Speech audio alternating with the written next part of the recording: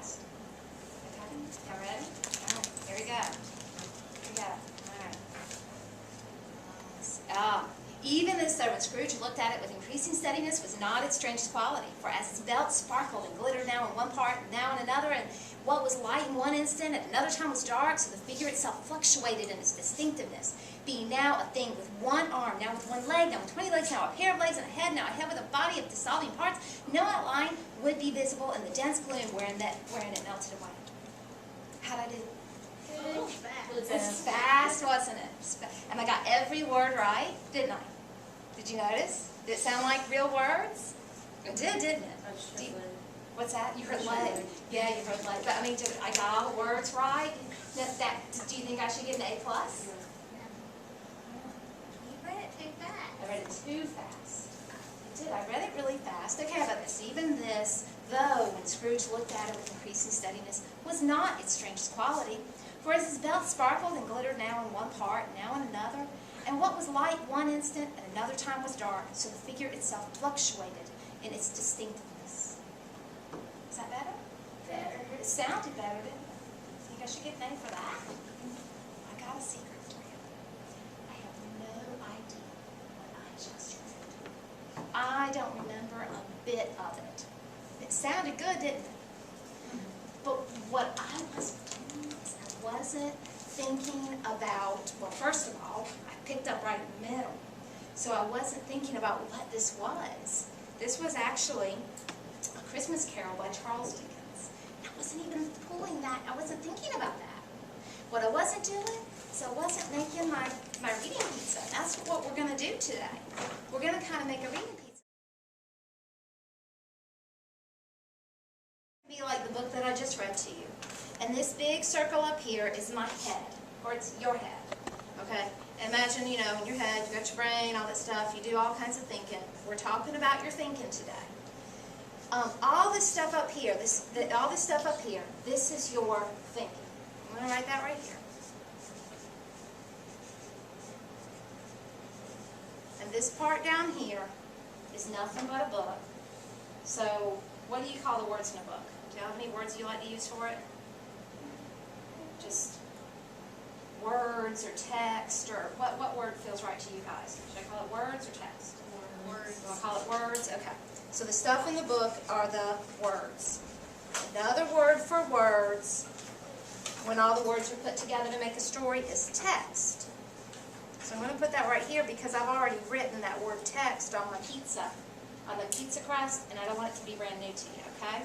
So the words in the story, this is pretty much the same thing as the text. So all this is going on down here. This is your thinking up here. Look at this part right here where they come together. Do you know what that is? Any ideas of what that would be? Well, imagine this. It's when you put your thinking into the words. They can sit all by themselves and you're thinking. It's the reading, the thinking. So it's reading. And it's not just the reading you watched me do. The reading I did had nothing to do with thinking. This is what we call real reading. Okay? That's exactly what we're going to talk about today, is how do we do real reading. And I know I have a bunch of fancy words inside those toppings sitting in front of you, but you do not have to leave here today knowing those words. All I'm going to do is kind of show you how the things that you're already thinking, I'm going to tell you which one of these it is. So what you're doing is already smart thinking that has a big word to it, and it's what's making reading easy for you.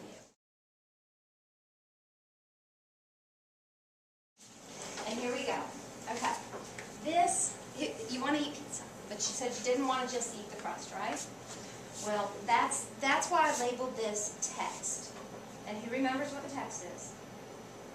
The words in the story. And what we're going to do is, it's going to be so much better if we put the cheese and the sauce and the garlic and all this stuff. You see, I've labeled it. The cheese is the schema. All the things that you already know that you bring into a book. Y'all ever heard of that word before? There's other words for it. Background, all that stuff. You've already heard that stuff before. How about visual imagery? Y'all heard that before? Well, that's going to be the sauce. I'll show you what that looks like, okay? Have you ever heard of the main idea or the theme of the story before? Yeah, a lot of times that's your author's purpose. you know, why the author wrote the book to begin with. Y'all know what this is? It looks like pencil sharpening. I actually cut this up. Okay, it's the garlic. Yeah, that's what gives your pizza some flavor. Otherwise, it will be very, very bland. This is the word infer. That's when you figure out. You'll see. That's your sausage. This word is ask questions. You know what that is? We're going to try this out. And you know, when I do this with my class, they're sitting on the floor, so they don't have to get up. But when you guys help me with this, I'm going to have you come up and I'm going to let you put some of these toppings on the pizza. The last thing is synthesis, or synthesizing. That's your extra cheese. It's when you take the schema and you build on it, you change it. That's why I put those together. Okay? All right. I'm going to read this story called Pizza Pizza by William Steig, who's the same author, by the way, that wrote the original Shrek story that they used to make the Shrek movies. So different. Huh? I know that book. I bet you do. I bet you do. You like that. These books are really fun. Pizza Pizza by William Steig. Now, before I read this story, I tell you what, I bet this book is about a little boy. And like I said, I already know that the author was the same one that wrote that Shrek story. Did you put some cheese on that pizza? Because what I'm doing right now is I'm using my schema. I'm thinking about William Steig. I already know who he is, right? I've already started reading and I haven't even gotten to the first word. That's my schema. Pizza Pizza by William Steig. Time to use my schema again. I know this book's going to be a little bit strange because the boy's laying on the table. Not used to seeing that. But put a little bit more of my schema on that pizza. It's already getting more interesting, isn't it? I think this will work better. There you go. Pete's in a bad mood. Just when he's supposed to play ball with the guys, it decides to rain. Has that ever happened to any of y'all? Yeah? What happened? I remember baseball practice when it rained. So did it make you sad? It didn't. But you've had it rain before. You weren't able to play baseball. You know what you're doing? You're using your schema, okay? There it is. Are you remembering what it looked like when it was raining? Picture it. Now, when I turn to this page, that makes me imagine a day where I looked out the window and I saw it raining outside my window. I'm using my visual imagery. Anyone else using some visual imagery? Can you imagine what it looks like when it rains outside? What's on here?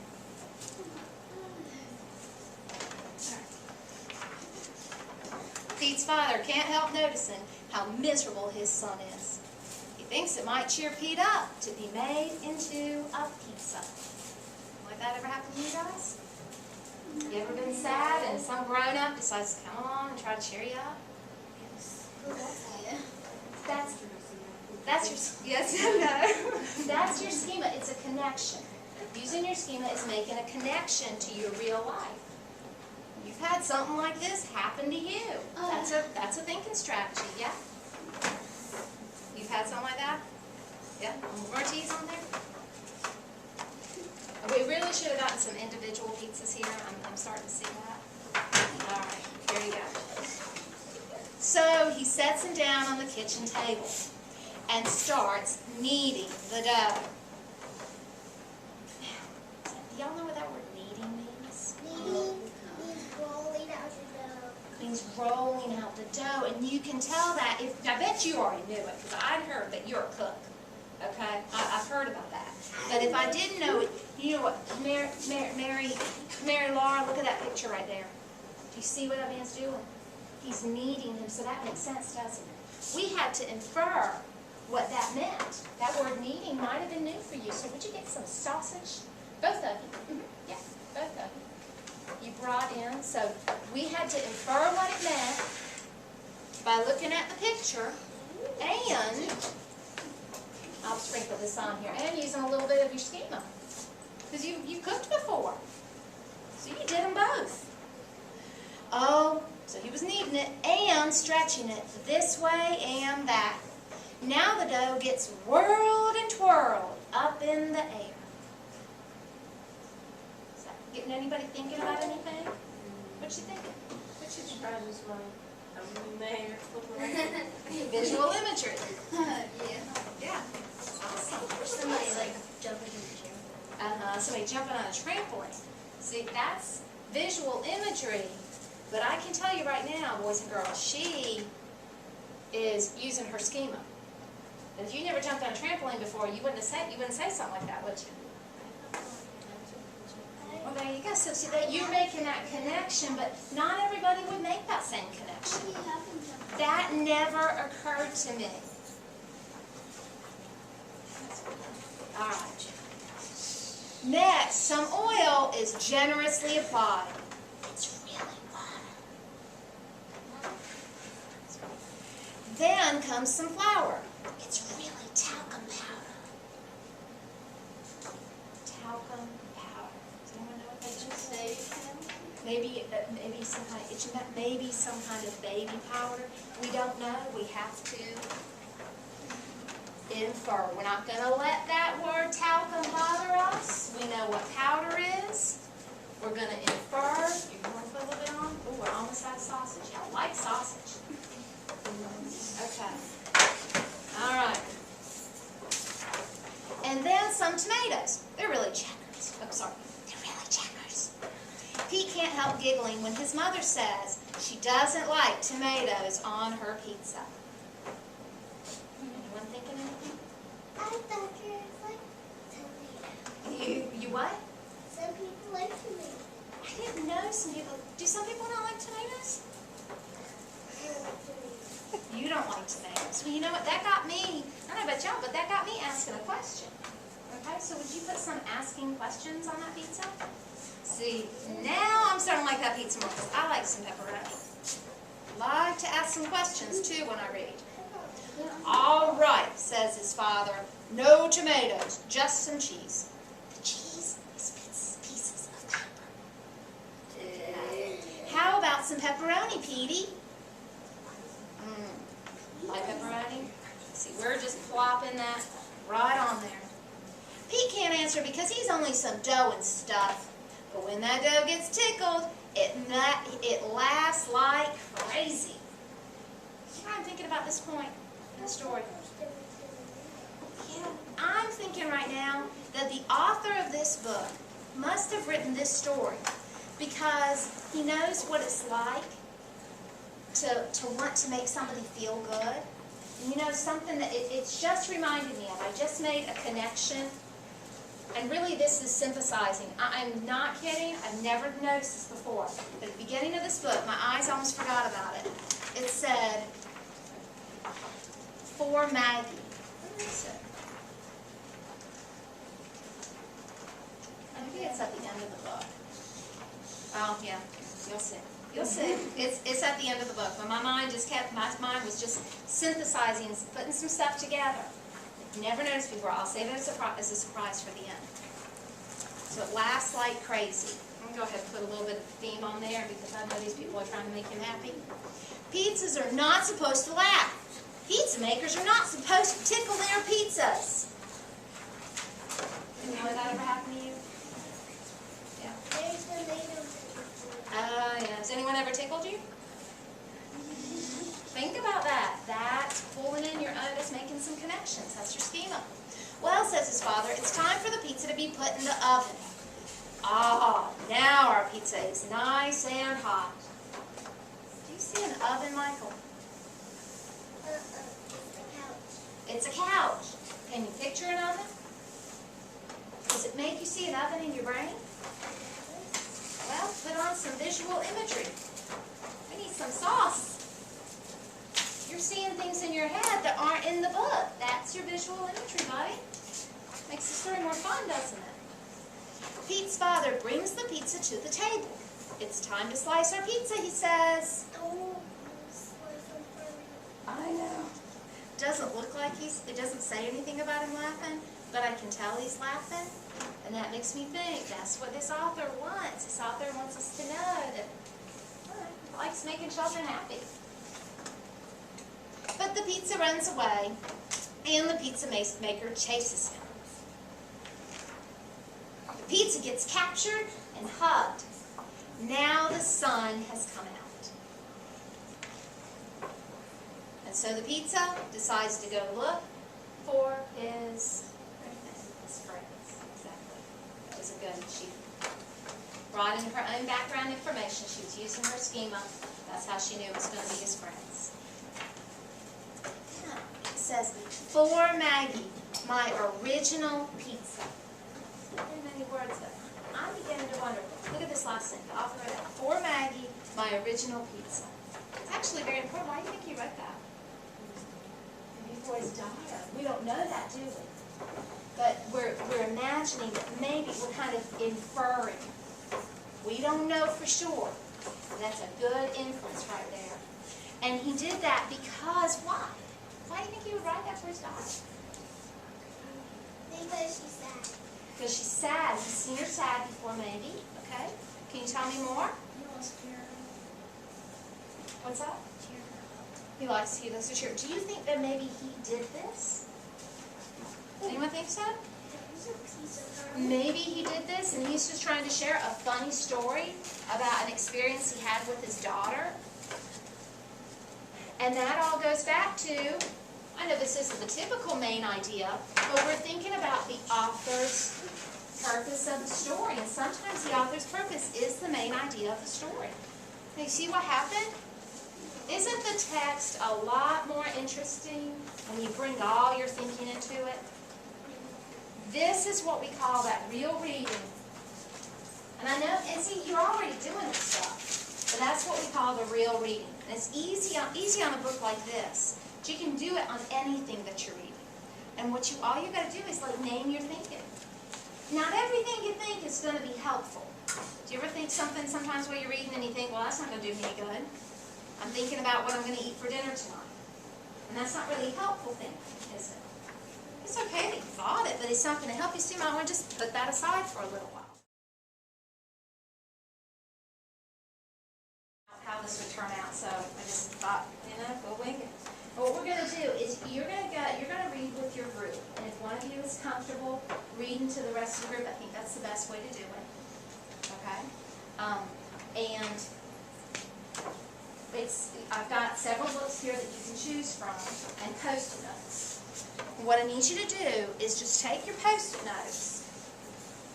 Anytime you find yourself thinking something, in this case, anything, I want you to write it down. So we'll make sure that everybody's got something to write with. You want to have something to write with? This one's yours. That one. Do you have something?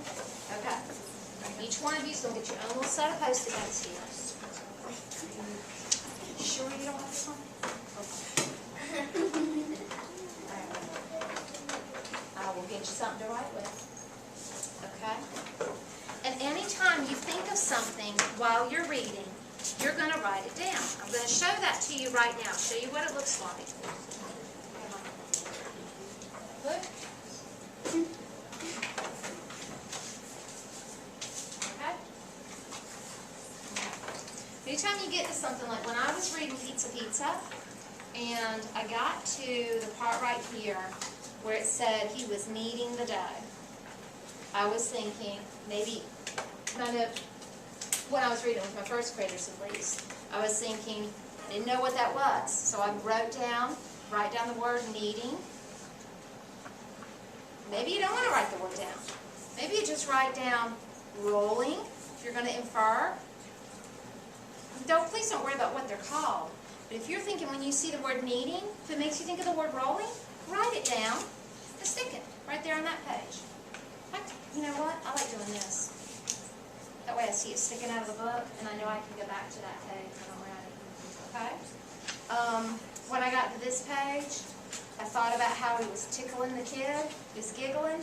And I was thinking about a time with my children, and when we were tickling them in the living room, and we were playing so hard, and my little girl hit her head and started crying. So I would write that down. Okay? Anything that you're thinking, whether it's your schema or a question you might have. I didn't know, I wonder if people don't like tomatoes. Anything you want to write down. Okay? Everyone's got their stuff ready. And y'all go ahead and get up, come over here and look at the books, and pick what you would like to read with your group. Okay? So you'll come on over. I'm going to lay them out. There's one in here about spiders.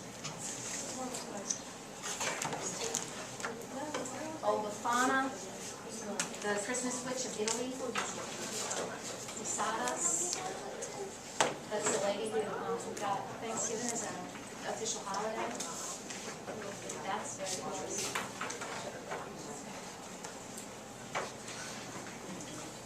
And if this is the point where if y'all want to read with the group, or you want to grab a book and one or two of the students, maybe if they're your students, you want to take them over to the corner and y'all can do this together, that would be fine. So we'll kind of see how they do. Do that one? Y'all pick one? You'll read about, Then you have to read to each other. You know that, right? Okay. And you can read to the whole group, or you can, that's fine. Because we want to put all of our thoughts in there. Did y'all pick one? So you don't partner up here. You want to read that? Okay, that's perfect. Y'all are so creative. And then she can read Hosanna to you. That is perfect. Okay. Now, you guys have to tell when you think of something, if you think of something that you want. some lights in dark corners, sheds, barns, garages, our favorite places for spider webs. Outdoors you can find them on trees and plants, on swings and slides, on poles and fences, and even in the grass. Now spider webs are beautiful. Okay. Do you know what you should do when you have a question like that? If you're thinking, what are you talking about? Reread it. You should go back and reread it. That's right. If your brain is not understanding it, always go back. Sorry. Doesn't mean you've done anything wrong. Yeah. You can take it off. You can put it on this page. Alright, whatever. Alright. There are more than 30,000 kinds of spiders. There can be small or large, fat or thin, short or long. Who's staring at me? Most are brown, gray, black, or other dark colors, but a few are as bright and colorful as others. Okay, did you get that? Yes. To share. Keep it. Where are we? Keep it there. Alright. You want to read the page, or do you want me to read it? Most people confuse spiders and insects. Spiders are not insects. Spiders are arachnids. You know what arachnids are? I'm a first grade teacher. Some other well-known arachnids are insects and scorpions. Arachnids differ from insects and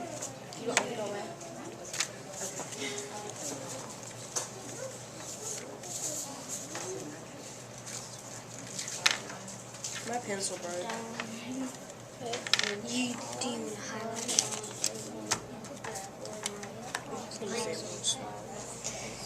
Does that really help us understand? Not really, but it does show us that they were thinking, the author read about something that they knew. What are we supposed to do if we don't know a word? You ask for help or you try it. Let's see, I can help you with the strategy. Show me what it is and I'll kind of help you with it. That's right, you pulled an expert like her who has it in her schema. You've probably heard that word before. Nope. So you sounded it, and she heard you say it. It was in your schema, wasn't it? I know what arachnids are. As soon as you heard her get the first sound started, you figured it out. Okay, write down what your thinking was. You were saying, how do you say this word? Is that what you were thinking? Well, I know what it is. You know like, what it is. I What did knew you what do? it was, what arachnids are. But you didn't recognize the word until you heard it. Yeah, I was looking for her. She didn't know what it was. I got you. I got you. I just didn't know what she... I think you just. You're in. Awesome. Okay, keep going. I won't even name it yet. We'll name it together later. Go ahead and read it now. What? Just... okay. Arachnids have 8 legs. Insects have 6 legs. Adult arachnids have no wings. Most adult insects have wings. Arachnids' bodies have 2 main parts. Insects have 3 main parts. Arachnids have no feelers or antennas. Insects have antennas. Maybe we should put that down. Very good question. Put that down.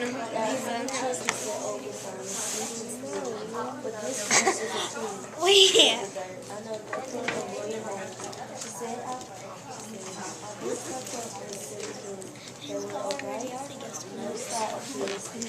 The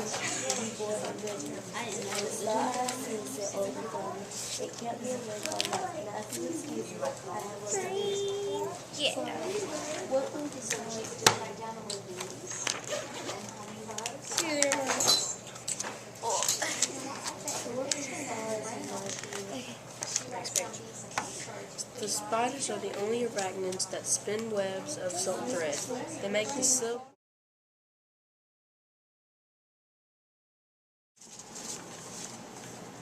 Okay, it's real important that she shows us where. She says shooting stars. Shooting stars is on her post-it note. Can you tell us more about that? On that page, it has said, then when a bright blue star appears, and she said, reminds her of shooting stars. Reminds her of shooting stars. And so that was the shooting stars are something you've seen before? She's pulling in her schema right there. So that's the thinking strategy she's using. And there's nothing wrong with you thinking that kind of stuff. That is you using comprehension skills. Imagine, did you have visual imagery too? She can see it in her brain. She's pulling in all that stuff. She might be asking, why is she talking about a shooting star? Did you ask yourself what the shooting star was? Well, let's think about the story. Now let's ask a question. What could that shooting star be? These are the three wise men. And where are they going? To find the sun. So maybe the shooting star was that star they saw in the sky that night. So asking yourself that question would be wonderful. You might get the answer as you read further on in the book. Okay? All kinds of strategies. And did you have one that you wanted to share? We had some more. No particular ones. I think y'all did a lot of this, didn't you? They had to infer a lot of new words because it was a nonfiction text. Look, Michael, did you know what arachnids were? Do you know what arachnids are? They think they're spiders. Did you find out you were right? You don't know if you were right? You were right. You were right. You asking yourself that kind of question is important. When you ask a question like that, try to find the answer too. That'll help you a lot, okay? All right, what we're going to do now is pretty much the same thing, but this time it's going to be independent. You only have about 5 more minutes, maybe 10 more minutes. But what I'm going to do is let you, the middle schoolers, this is a passage that Ms. Ainge picked out for you. What I want you to do, you still got your post-it notes. I want you to think about the kind of thinking that you're doing during this reading and write it down in the post-it note. Now, my plan was to let you write about that post-it note in your, choose one of those post-it notes to write about it. So think about it. If you get an idea, and this is for the middle school, and Michael and Mary Laura, I'll talk to you about what you're going to do in just a second, okay? You get an idea as you're reading and something comes into your brain and you want to write about it, I want you to stop reading and go ahead and write about it, okay? So I'm going to give you the passage, let you look over it a little bit. It says, parents, coaches, right, together. You see this book? I'm going to hide it. What do you picture in your brain? What are you picturing? This book. What do you see in this book? You're imagining that you're a copycat?